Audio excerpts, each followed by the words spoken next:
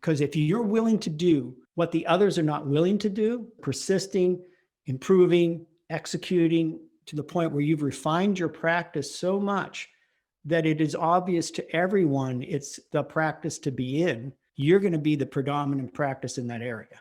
I'm Dr. Rick Steedle with some useful ideas for the successful, not stressful practice. We're only trying to do 4 things in the practice. All we want is excellence in clinical care. We want to have a remarkable customer experience. We want to have great interpersonal relationships, not just with our staff, with the patients, the parents, but with the dentist and with the community. And we want all of that to be under sound financial management so that the profit is not being eaten up by unnecessary overhead. The mistake that I made probably for 10 years, and the mistake that a lot of people make in practice, is they set targets that are end goals. In other words, they say, I want more patients. That's an end goal. I want higher profitability. That's an end goal. These are called lag goals, meaning it's only at the end can you find out whether it's happened. What we really need to be focusing on is means goals. Means goals means that we're focusing ourselves in the practice on what are the means to the end to get the result we want. Let's talk about the coronavirus. What's the end goal in coronavirus? The end goal is fewer infections, fewer hospitalizations, fewer deaths, okay? But we can't control that.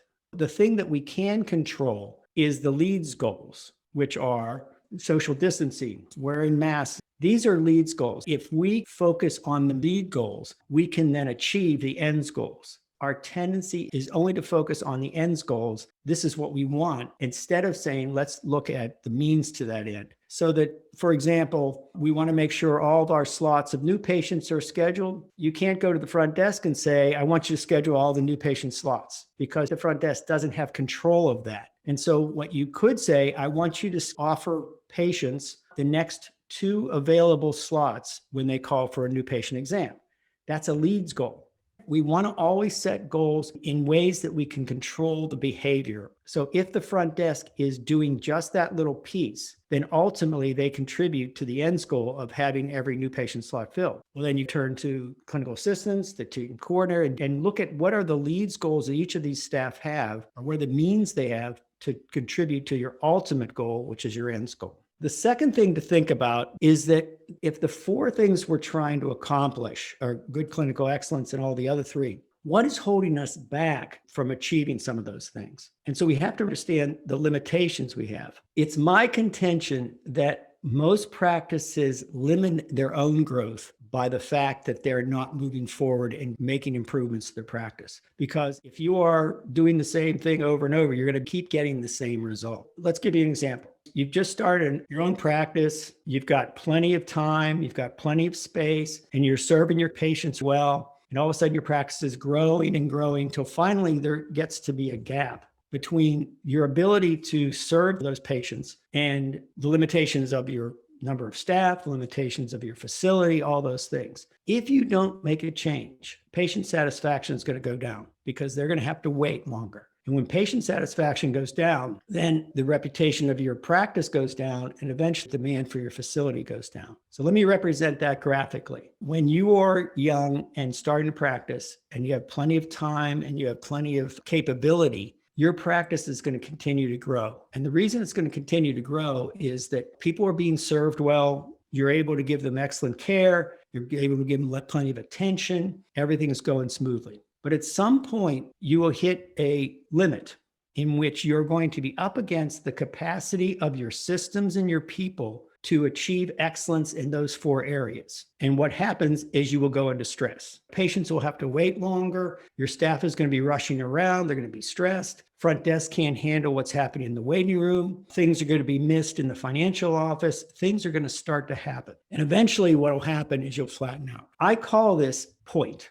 your total organizational potential, an acronym TOP. So it's the top of the capacity for you to deliver excellence in those 4 areas that I was talking about. So at some point, unless you do something, you're going to regulate your system. And if you look at this graph is almost identical to the graph of the natural growth of practices. They tend to peak at about 15 years. They tend to flatten out, and then there's a little decline at the end as the orthodontist ages.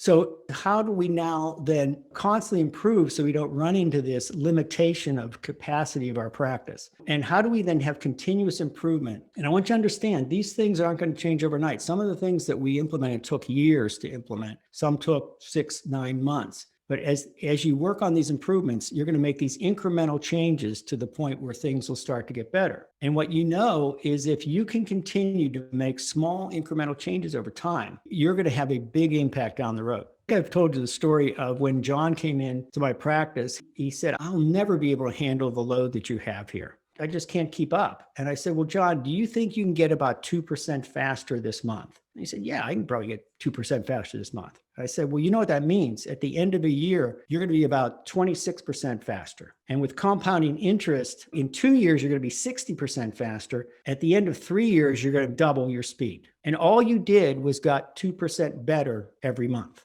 And he said, yeah, well, I can do that. So all you have to do, as long as you continue to do it, is get a little bit better every month to the point where your capacity of your practice is going to double probably in the next 3 years. So you want to be working on all those 4 areas to constantly be getting better, even before you've got into stress. Now, if you do that, you can either have more time with the patient load you have, or you can remove any of the barriers for treating even more patients. Your job with continuous improvement is to raise the capacity of your practice so that when you hit that level and the demand is that high, there's no stress and you can go to a higher level. Because if you're willing to do what the others are not willing to do, persisting, improving, executing to the point where you've refined your practice so much that it is obvious to everyone it's the practice to be in, you're going to be the predominant practice in that area. In this next video, you'll discover how to avoid being constantly in crisis management. In other words, how do you build a practice that runs smoothly every day, patients are taken care of, the staff knows what to do, and the whole practice is systematized so things don't go wrong. In this video, I'll introduce you to the 4 steps to improving your practice. So go check it out.